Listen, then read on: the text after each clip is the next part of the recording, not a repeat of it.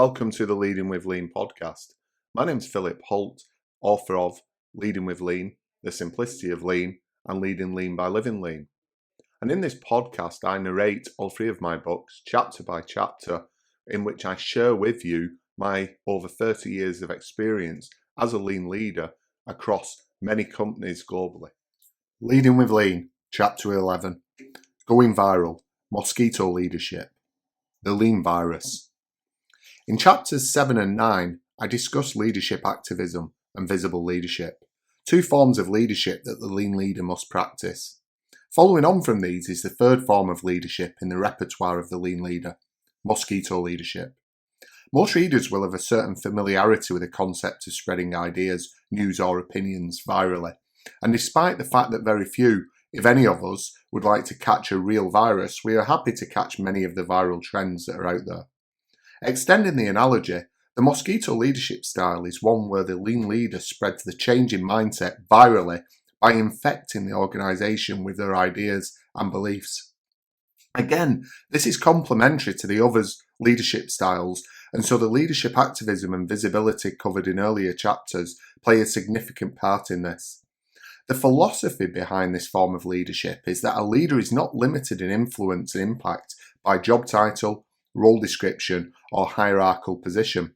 Instead, they identify the long-term impact that they wish to have on their organisation and develop a strategy to make it happen. The name given to this form of leadership was inspired by a traditional African proverb. If you think that you are too small to make a difference, try sleeping in a closed room with a mosquito. This is precisely why this form of leadership is so important to being an effective lean leader, as without the willingness to go out and infect colleagues, the critical mass of change required for a lean transformation and the pursuit of excellence will not be achieved. The lean leader understands that their sphere of control is relatively small, even when they've risen to a quite senior level in their organisation. However, they know that their success depends upon increasing their sphere of influence far beyond that which they would normally derive from the position that they hold, and they strive energetically to increase its diameter every day. And in the book, there's a picture of the sphere of control where it shows a relatively small sphere of control, a slightly larger sphere of influence, and then everything else. And the whole concept is that we're trying to increase that sphere of influence into the realm of everything else, because the increase of the sphere of control is very difficult to achieve.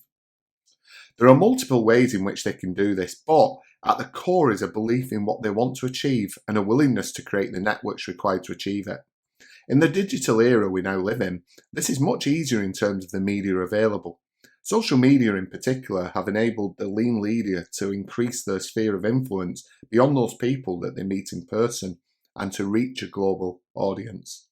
Whilst external sites like LinkedIn are great tools for this, internal social media sites, such as those provided by Socialcast, Yammer and others, and the use of webinars and webcasts are excellent ways to engage with the organisation directly and to ensure that their voice is heard. Many large organisations now have these media available for use, and the lean leader must include them in the change and communication plans of their transformation and ensure that these communication channels are utilised in a smart way for the various stakeholders. One of the great things about the social media platforms is the opportunity to create a dialogue rather than one-way communication, as is the case with media such as newsletters, webcasts or email. Just as with LinkedIn or other applications such as Facebook or Twitter, a discussion can take place amongst all subscribers, allowing questions to be asked and answered, ideas shared and contributions made by people not originally in the target audience. Coupled with this is the additional advantage that spontaneous messaging and sharing by subscribers across the organisation can be precipitated through a consistent use of the site and encouragement and recognition for those brave few who contribute. Nevertheless, while social media have increased the opportunities to engage with a larger audience, this has not diminished the personal courage required by the lean leader to do so. This is because this form of communication does not require, or in fact warrant, a traditional communication approach whereby leaders employ the services of communication managers to draft communications, proofreading, and editing them before publication. Instead, the lean leader will author the vast majority of their own messages. Whilst a few carefully crafted missives will remain part of the communication plan, They will constitute a small percentage. The majority of the messaging will be short, frequent and unsophisticated, where the lean leader will share their thoughts and experiences personally and openly with the organisation through internal social media. Hi, Philip here. Sorry to interrupt the narration of this particular chapter, but I just wanted to remind you that all of my personal profits from the books go to charity. So if you would like to buy a book, it would really be helpful. Otherwise, if you feel that the podcast is sufficient, then please feel free to make a donation to my current charity, which is Women's Aid. It's a great charity which helps to stop domestic violence for women and children. Thank you. This means that the lean leader will demonstrate a level of vulnerability as they open themselves up and share not only their successes, but also their failures, and they may even err in some of the messaging. However, this honesty, whilst potentially seen as weakness by those few team members resistant to change, will build trust and respect with the majority of the organisation. The beliefs of the Mosquito leader. To adopt the Mosquito leadership style, certain beliefs must be held by the lean leader, which will allow them to work in a manner that takes them outside of a traditional hierarchical structure. Whilst these beliefs will, by definition, be personal to the individual, the true lean leader is one who is highly capable of executing the transformation strategy and has an ethos based on fundamental principles along the following lines. Number 1, if I truly believe in the vision, mission and values of the organisation in which I operate, I must be a leader in the change required to realise our goals. Number 2, however, I am not a lone soldier or a maverick. I am an agent for change. Number 3, I know that I deliver more when I focus on we. Number 4, I realise that I don't have all the answers. In fact, I have only a few, but I'll find the people who collectively do have them. Number 5, whilst my legacy may be small in terms of human history, it will be significant in the area on which I'm focused. Number 6, only my discipline and focus will be equal to my stamina. Number 7, I will only regret the mistakes that I made by not doing what I believed was right. All of the mistakes I will simply learn and improve from. Number 8, I am the culture of my organisation, not the victim of it, and I will never blame it for my failure to deliver or let it prevent me from doing what must be done. Number 9, I do this because it is the right thing to do for the organisation, not for a career advancement. These beliefs power the success of the Mosquito leadership approach as they create faith in the approach and fuel the content of the communication method. The lean leader's belief in leading the change to achieve the vision, mission and values of the organisation will motivate them to share their intentions for the organisation's transformation. They will create clear, visible messaging to share around the company. Similarly, their belief in the need to collectively answer the organisation's problems will stimulate them to create dialogue across the organisation, and this dialogue will, in turn, recruit others into the conversation. The conviction of the lean leader in learning from mistakes will ensure that they have the confidence to share all of their experiences, which will motivate others to overcome their fear and try this new way of working. Belief number 8 is a particularly powerful element of the lean leader's psyche, as they do not allow the culture of the organisation to be an excuse for failure.